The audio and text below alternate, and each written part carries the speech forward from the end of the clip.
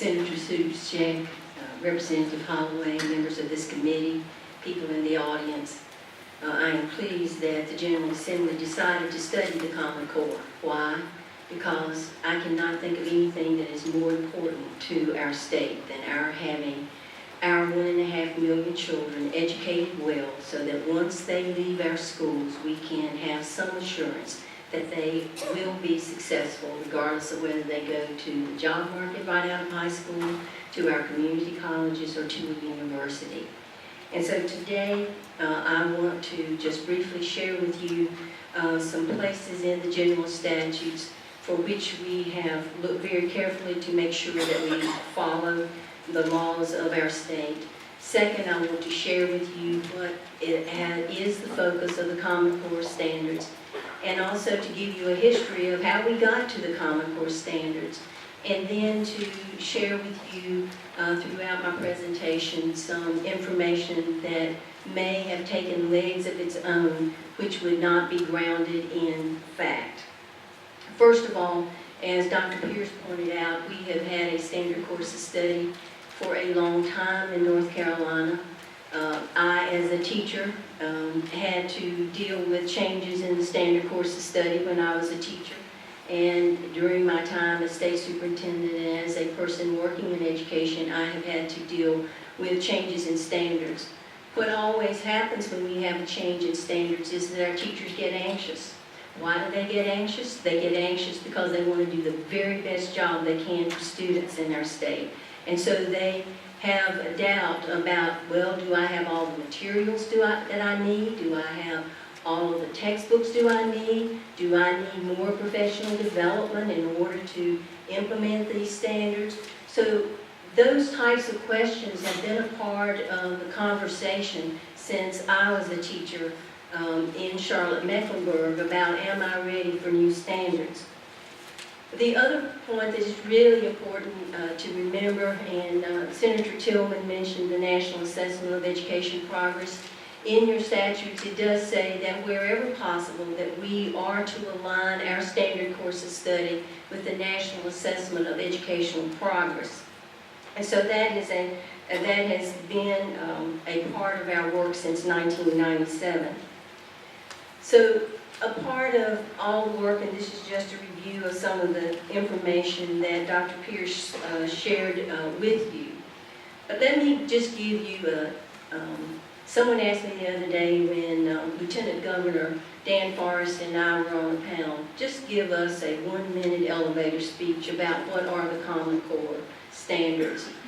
And the definition of the Common Core standards is this: it identifies what students should know and be able to do in mathematics and the English language arts as a result of being in our schools 185 days, 180 days, 1,025 hours. And it identifies what students should know and be able to do by grade level. They focus on student success. And one of the questions that I've been asked frequently, well, are they field tested? Well, how do you go about field testing what students should know and be able to do? You do that by asking the people who will be the receivers of our students, our community colleges, our universities, our people in the workplace. What do we want them to know and be able to do? So as we look at the standard, as the Common Core standards, remember that they are necessary but not sufficient. I'll give you an example. In first grade, it was my teacher's job to teach me how to read all the Dick and Jane books and to pronounce all of those words. If I had not had a great teacher, that standard of being able to read all the Dick and Jane books would have been just fine, but I would not have been able to do that had I not had Miss Foggy. So we remember that our standards just identify what students should know and be able to do, and they are necessary, but they're not sufficient to ensure that our students get the best education possible so that they can be successful. And they are a starting point for our teachers. It is a good thing, and I wish some of my professors along the way had the benefit of having some standards, because Ever so often when I took a class, I didn't know what I was supposed to learn in that class.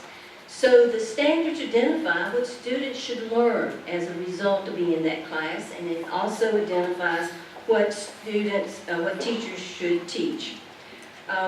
We could have, as I said before, we could have the best standards in the world, but we would not be successful unless we had great teachers and we have willing students. They are just on a piece of paper. And we also know that they identify what a typical student should learn in that area. And I'm going to use an example from a lady from Craven County who has a wonderful grandson named Luke. And Luke is in the first grade. And Miss Murdoch, his grandmother, has said that he is a great reader, but he does not like fuzzy math. And he's a great reader, and his teacher recognizes that. And so what has his teacher done?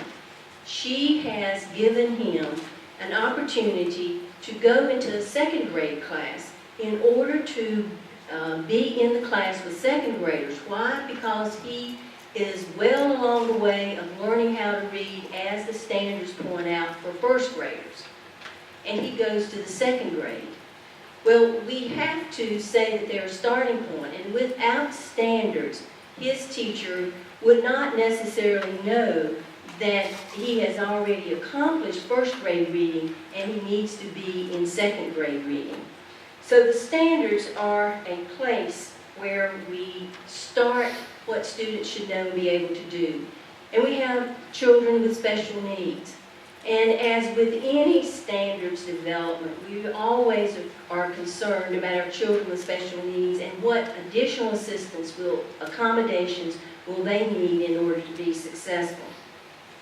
So we want our students to have options upon graduation, and that's why it was extremely important during the adoption process that we were in touch, worked closely with our community colleges and our universities and our business community to help us identify what is important for people to be successful at the next level. And when you look at math, here's a summary. There are 9 major areas: adding, multiplying, subtracting, dividing, fractions, percentages, decimals, algebra, geometry, and statistics. And I know that Representative Hurley was very concerned and wanted to make sure that students are able to memorize the multiplication tables and use those tables, use those in their work. It was also important, and the General Assembly passed a law that said we shall teach cursive writing. And they were added to the Common Core. And that is an example of how flexible we can be, or we are, because it was without a problem to focus on cursive writing. And that brings me back to the 15%. The 15% was identified in the very beginning about what you could add or not take away. It was identified so that a state would not say, I have adopted the Common Core standards and then changed them where it would have diluted the standards. And also another question has been asked about, well, what about copyright? Well, copyright means, with the standards as with anything else, is that you don't take those standards and take credit for those standards. Copyright means that you have to give credit to the authors or to the entity which developed those standards. Another major difference between the old and the new can be illustrated by an example that I use with Mr. and Mrs. Fink, who are in the audience, about our students need not only to know how to add, multiply, subtract, and divide, they need to know when to add, multiply, subtract, and divide. And so the new Common Core standards have a focus on application. For example, in going to Crabtree Valley Mall with my nephew John Robert, we could go to one store and it says buy one, get another one for 50% off. The next store says all items 25% off. Well, the question for him is, as his aunt, I would ask him, what is the better deal? Or are they the same deal, and under what circumstances? So it requires students to explain their work, not to guess, but to explain the work and to figure out how you get to an answer. So a really important part of the Common Core in mathematics and English language arts is to help students to know how to think and how to solve problems and how to make good decisions. In English language arts, you can summarize what they're all about by saying that they're about teaching reading, writing, speaking, and listening. And I remember one of the first times that I met Representative Pittman. He asked me, do we teach phonics anymore? Well, the Common Core Standards, because we know that that's research-based, does have a focus on phonics. Another part of the standard course of study, and we've been doing this since 1997, and we get a little better along the way, but the Common Core Standards in English Language Arts require students to read the classics, but it also requires them to read informational text, which means nonfiction. And you just think of your own lives about how much fiction you read compared to how much informational text you read. And so the National Assessment of Education Progress, which Senator Tillman mentioned, has a chart in the beginning, or the chart about the informational text and the balance is in the front of the Common Core Standards, and that will show you the balance that is recommended. So how did North Carolina get to the adoption of the standard course of study? First of all, in 1996-97, the General Assembly passed the ABCs. And when the General Assembly passed the ABCs, it had several things in mind. One is, we want to know how our students are doing in the basics of learning mathematics and English language arts. And two, we want to have some comparison between school districts in the state. And therefore, we got the ABCs. And that is where we started with testing in North Carolina. So the Common Core Standards did not create testing in North Carolina. North Carolina has had a testing program since 1997. And that testing program is not only required by the General Assembly, it is also required by No Child Left Behind, or ESEA, that we assess students' learning in 3 through 8 in reading and mathematics. And at the high school level, we assess what students learn in biology, and in English 10, and in algebra. And we also have the ACT so that we can have a way to determine how our students are doing along with students around the United States. And of course, a big decision that will have to be made by the State Board of Education and subsequently the General Assembly is what will be our testing program in North Carolina. In 2006, the State Board of Education adopted Future Ready Goals, and in 2008, the State Board of Education appointed a commission. This commission's purpose was to study the standards that we had, to study the testing program, and to make recommendations to the State Board of Education. Those recommendations are on file and can be seen on our website or their archive, but one of the recommendations was that our standards are too wide, there are too many subjects, and we need to have deeper, richer instruction in the classroom. The other dealt with our being able to have a comparison of how our students are doing compared to students around the United States. So in 2008, that set North Carolina, the State Board of Education, its direction to the Department of Public Instruction was revise all of the standards from K through 12 in all subjects. So we started on that path of revising our math standards, our English language arts standards, our social studies standards, our healthful living standards, and then along the way, as you you've heard Mr. Brickman say, in the 2009, there was a discussion about the Common Core. And when we compared our standards that we had developed, the draft copy, and we looked at the Common Core standards, we saw very little difference from those standards. And then, once the State Board of Education adopted the standards in 2010, they also adopted all of the other standards. And then after that took place, we had an opportunity to apply for $400 million from Race to the Top. And in our proposal, you will see over and over and over a focus on we are going to use the Common Core. If you look at the request for proposal from the U.S. Department of Education, it says that each state, to be eligible, must adopt career and college-ready standards. And since we had gone through that process of changing all of our standards to the standard course of study, we use those as a reference. Now, who owns the copyright to all of this work? Each time that we have changed the standard course of study, the state of North Carolina has requested a copyright. Now that is in recent years.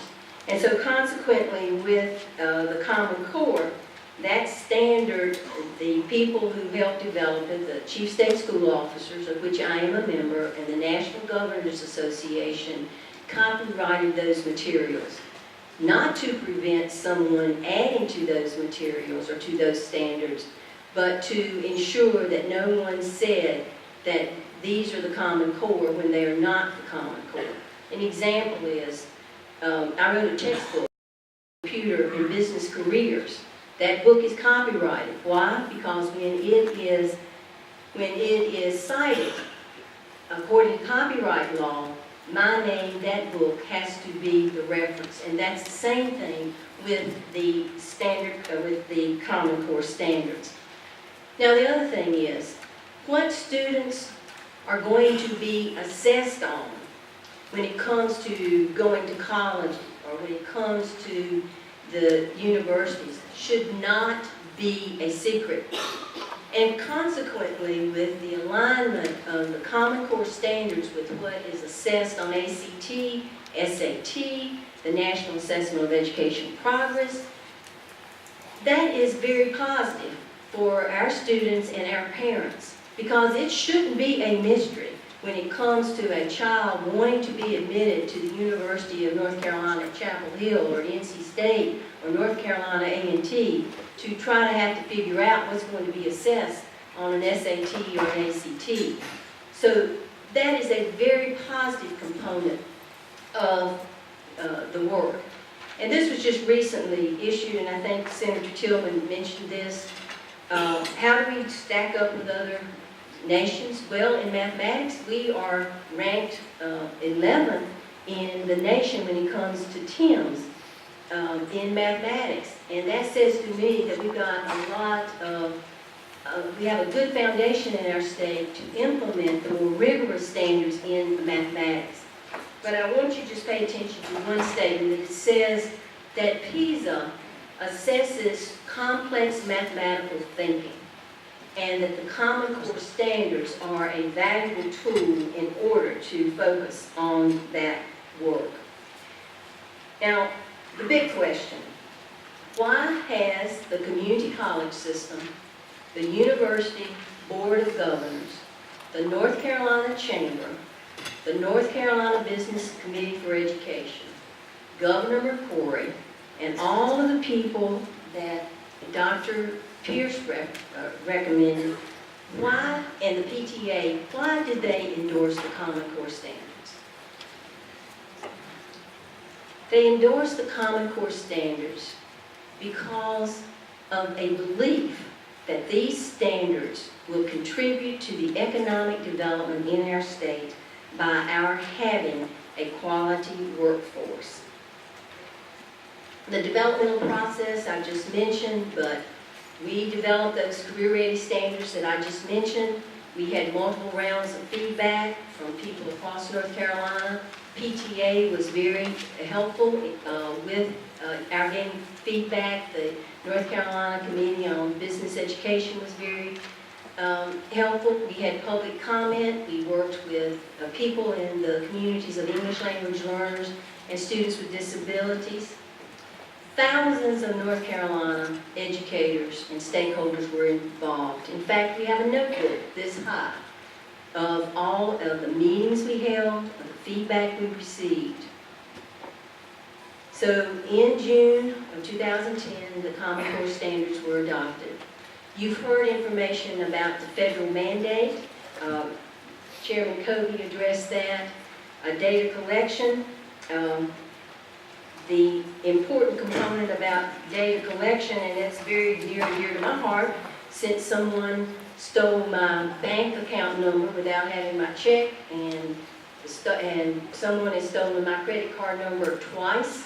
I know how important it is for us to make sure that any data collection that we have is in a safe and secure environment. It requires any data that we are developing, any data collection is a part of ESEA and requirements of the General Assembly to date.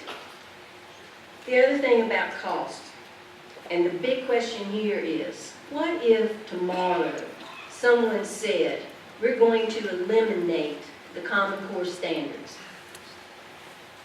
Where would we be? Well, school districts have spent, from the Race to the Top dollars, $31 million for professional development and materials to help implement the Common Core that are in their second year of implementation. The state, through the Race to the Top, has spent $27 million. And this is what we have had for the professional development of our teachers since 2009, 2013. We've had 60 to 80 hours of professional development at the local level, developed by local people.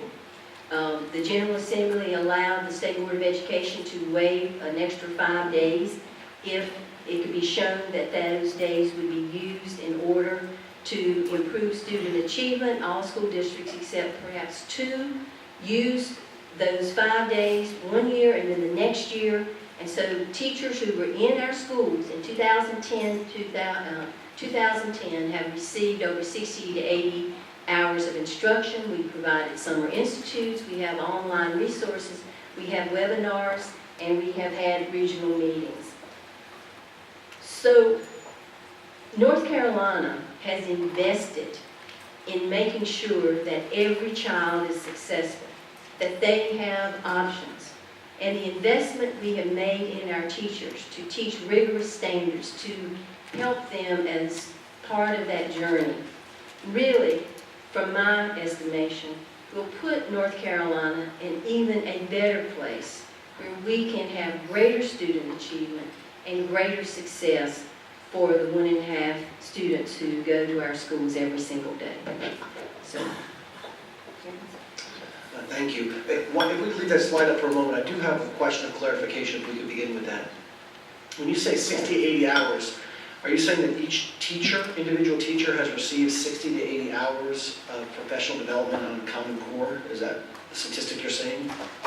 I'm saying that every teacher who was in our school districts and who is now as a part of our teaching force had the opportunity to have 60 to 80 hours of professional development as provided by the local school district. Each school district, except 2, sent us a waiver certifying or verifying that they would use those days to help teachers learn about the entire standard course of study, including social studies, healthful living, etc.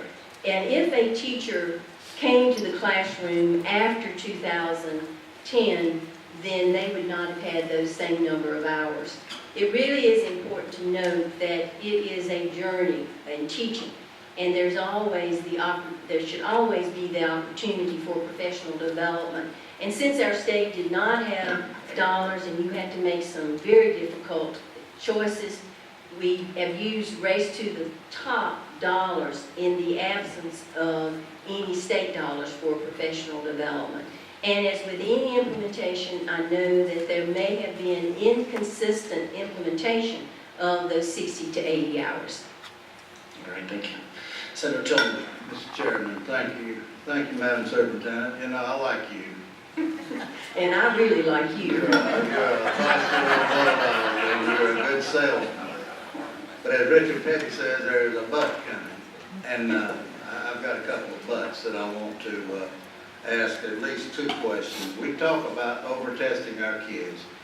Common Core is adding more testing, less testing, or the same amount? And you don't have to tell me how to build a watch now. I want to know what time it is. The time is that with the Common Core in English Language Arts and English Language Arts reading and math, we have fewer high school tests in mathematics dealing with the Common Core as a part of the ABCs or the accountability system than we did before the Common Core.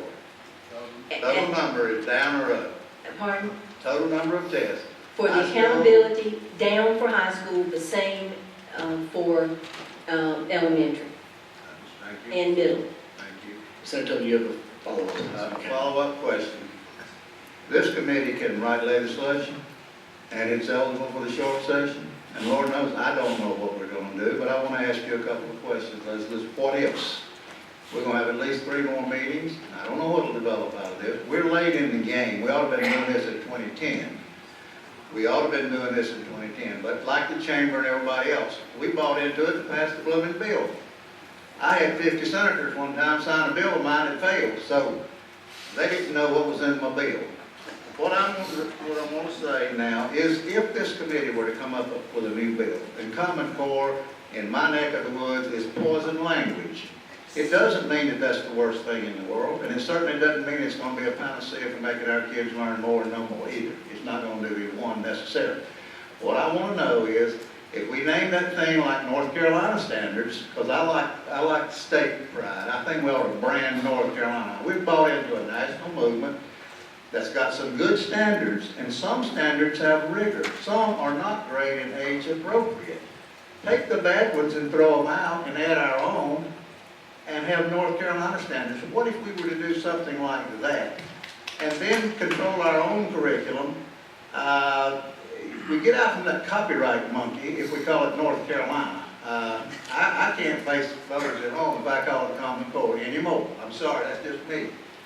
What if something like that were to develop? Could you work with that and with us, or would you stand out there screaming on the corner? Dr. Atkinson, please. Senator Tillman, you know, I always like to work hand in hand with people to do the right things for our kids in our state. One thing that the state, that could be done is to say that the standards for North Carolina shall be officially called the standard course, the North Carolina Standard Course of Study. That's number one. Number two, I have yet to meet a perfect standard. For example, in kindergarten it says count to 100 by ones and by tens. Well, there is another way to say that. So anytime we have had standards, we have had a cycle of review. And it's important that you use that cycle of review. And that cycle of review in the past has gone like this. Implement the first year, that's what we did, 12, 13. Implement the second year, that's 13, 14. Third year, begin to have conversations with teachers across the state to say, okay, what is working and what is not working. Get feedback from the teachers and start with year 3. Then year 4, expand that group to include more. Our parents, our business people to say, okay, let's examine these standards and see what needs to be changed. And then during the 5th year, we could go to the State Board of Education and ask for, here are some standards that would need to be changed if that is the case. That's too long. Well, here's the problem. When you The problem of doing a change today is that we have to, you think of a business you think of the banking industry, and think of the banking industry going to computers. Now, this is a long time ago, but you think of that. You have to have professional development for all of your staff, our teachers in the state, in order for them to move forward. You have to have money, and we were fortunate enough to use Race to the Top to have a blitz of professional development for our teachers. The big question is, where will the money come from if we change these standards next year? Where will the money come from? Because one of the concerns that I hear over and over from our teachers, and I'm in classrooms practically every week, and they'll say, we want more professional development about this. We want more help with this. And we don't need to jerk around our teachers where they cannot have some stabilization of what students should know and be able to do as a result of the classrooms. And every time, and I've gone through this more times than I can count almost, what we're hearing are the same comments that we've heard in the past. So we have to be very deliberate, because we just can't say, let's change the standards in the next day and expect all people. But I think it's really important for my friends across North Carolina to read the standards. And when I've gotten emails, I have said, will you please send to me the standards that you believe should be changed? Because all of us, not all of us, many of us have an open mind to say, okay, what needs to be changed, and we can work toward making those changes. So I don't know whether you said yes or no. I was trying to say it depends, Senator Tillman. That's what I thought. Thank you. I've seen 3 questions, Senator Parman, Representative Brandon, and Representative Pittman. What I'd like to do is let's address those 3, then we have 20 more slides, and then any further questions after that, we'll have everyone present be able to answer that. So let's go ahead and move in that process. Thank Senator you. Parman. Thank you, Mr. Chairman. Superintendent Atkinson, appreciate your presentation. But I have a resolution for my local LEA that has a lot of concerns about where the funds going to come from, the continuation of technology, particularly in low-income areas, to make sure that these students have the same opportunities as other students. And they have a lot in this resolution, which I'm going to share with the chairman. But could you answer that question specifically? You talked about race to the top monies. What are the additional resources for technology in low-income areas, professional development? How do we see that in the future? The Winston-Salem Forsyth Board of Education was gracious enough to also share that resolution with us. I, like the Winston-Salem Board of Education, have concerns about the continued support of technology. It's really important to remember that regardless of which standards North Carolina has, we would have the same needs for technology. Because in that commission, we have recommended that we move to a digital environment. And if we had adopted the standards from Siberia, we would still have that problem. The General Assembly has passed the legislation dealing with digital learning.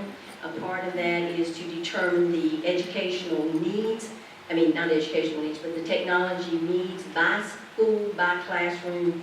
We are implementing that law, and we will have those costs for the General Assembly. However, we are looking beyond the General Assembly as a place of where we can meet those technology needs, including private partnerships, foundations, etc. And I believe that the date for having that information to you is over the next 9 months. Representative Brandon.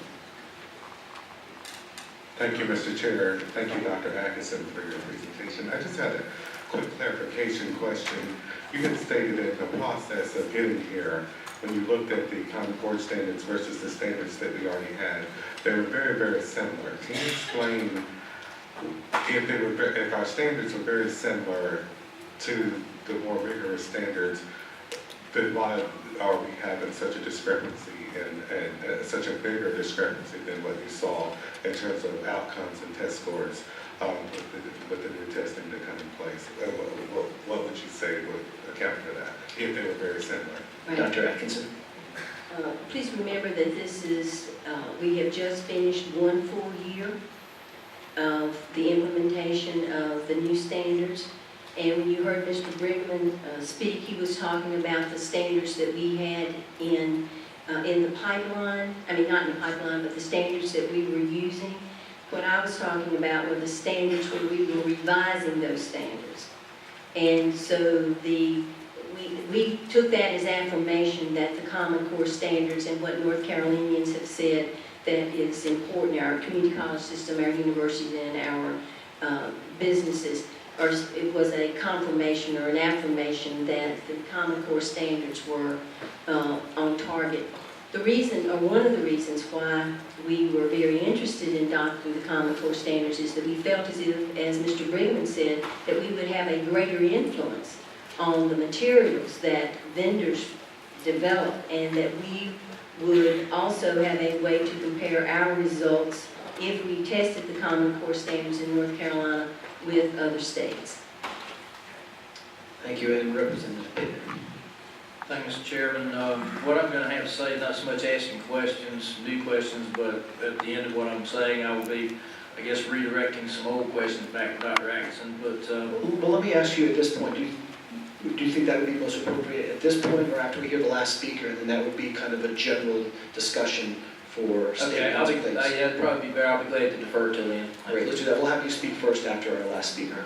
And Representative Horn, you have something pertinent to this moment? Yes, sir, Mr. Chairman. I just want, Dr. Atkinson, you mentioned to Senator Tillman that the number of tests at the high school level will, as a result of Common Core, be reduced. And the number, so I may have misunderstood. I just want to be very clear, because testing is a huge concern everywhere I go in the state.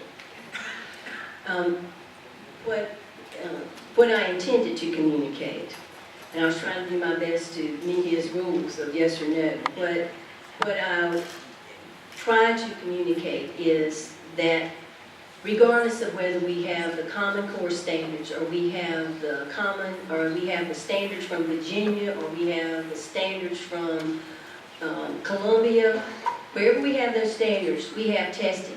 And the testing, the Common Core standards do not drive the testing. The General Assembly and the U.S. Department and Congress have driven the testing. The U.S. Congress requires that we assess math, science, and English at the high school level. Before 2 sessions ago, North Carolina's General Assembly required us not only to assess those 3, but also to assess geometry, Algebra 2, and writing. Now, because of action of the General Assembly, we no longer assess writing. That would be now part of the Common Core. We do not assess Algebra 2. We do not assess geometry as a part of the accountability system. There is a North Carolina final exam that teachers are to use across the state, but that's a part of teacher effectiveness, not the standards. It's not a cause of the standards. Did that clarify? It helps me understand better. What I got out of that is there are, in fact, as a result of Common Core, there aren't necessarily more or less, but sounds like we test an awful lot. Yes, please. It certainly is important to have that balance, but the engine of driving testing is not the Common Core. The engine of driving testing is the U.S. Congress and the General Assembly as to what are requirements. I will allow Representative Speciale. I also saw a hand from the second row, but only committee members are permitted to ask questions in this forum. So we'll have Representative Speciale. I would like to be. Okay. And Representative Holloway, please. Thank you. Dr. Atkinson, I know on testing, and my ears raised up when we started talking about that, and you said the General Assembly. Now, I remember a few years ago, and it was actually my bill, that's why I remember it so well, we did away with every single test that the state required, and everything that was left behind was an act of No Child Left Behind in the U.S. Congress. So, again, I just want some clarification. Are there tests that maybe I overlooked that the General Assembly is requiring? Because I intended to get them all. Okay. Dr. Atkinson, please. Representative Holloway, in the grading system of that was passed by the General Assembly, the A through F, there is a requirement at the high school level for algebra, English 10, and biology. And you can take credit for doing away with all those tests because they are also required by the U.S. Congress. Thank you. All right, thank you very much. Can this wait, or is this? It's a follow-up. All right, go ahead and have a follow-up. I'm confused by your answer because I'm a classroom teacher. Right. And with the development of the essential standards came along the development of what you're now calling common exams. They were called MSLs. They were called about 4 different things. In essence, the ultimate goal is to create a end of course, end of grade test that would apply to every class, every subject matter. Dr. Atkinson, please. Representative Elmore, in the essential standards includes arts, your area, it includes social studies. Another part of our work has been to assess teacher effectiveness.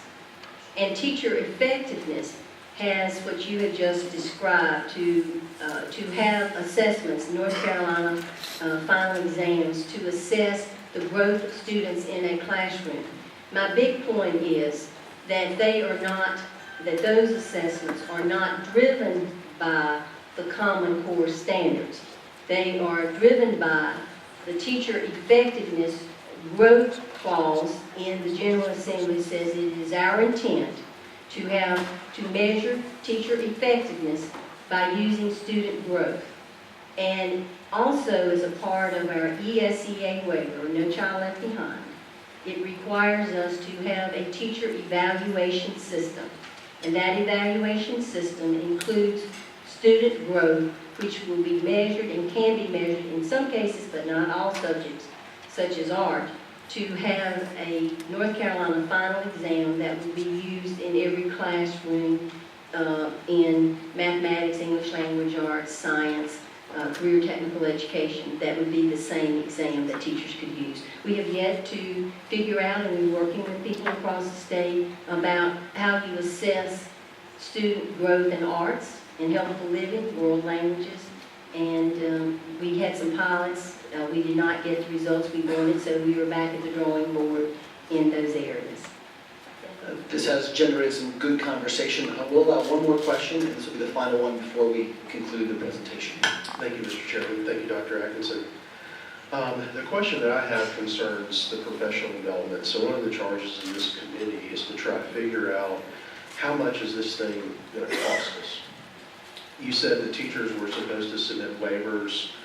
Can you tell us how many participated in that? Maybe that'll give us a good idea of how much more professional development needs to be done in the rollout.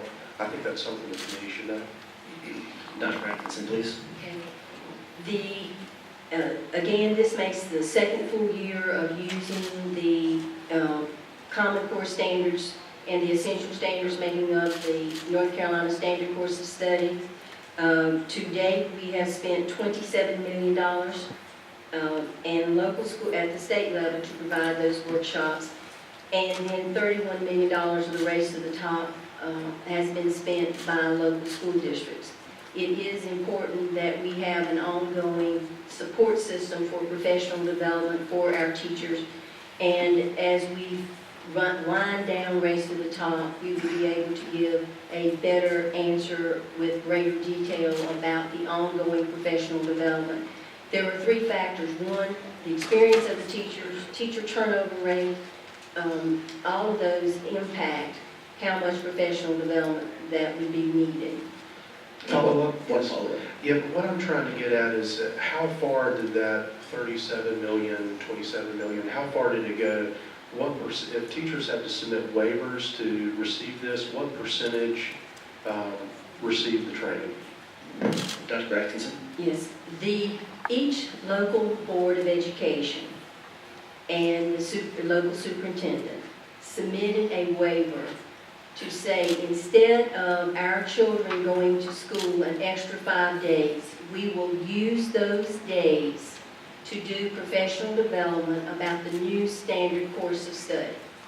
So theoretically, every teacher in the classroom in 2010 and 2011, if a local school district followed its affirmation that it sent to the department, would have provided 60 to 80 hours. We do know that it takes 60 to 80 hours to improve behavior.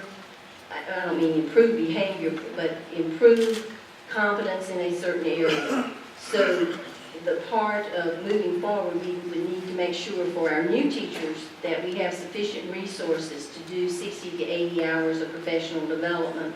And then for the teachers who are experienced, who feel comfortable, we would need much less amount of money to support that professional development. Thank you, Dr. Atkinson.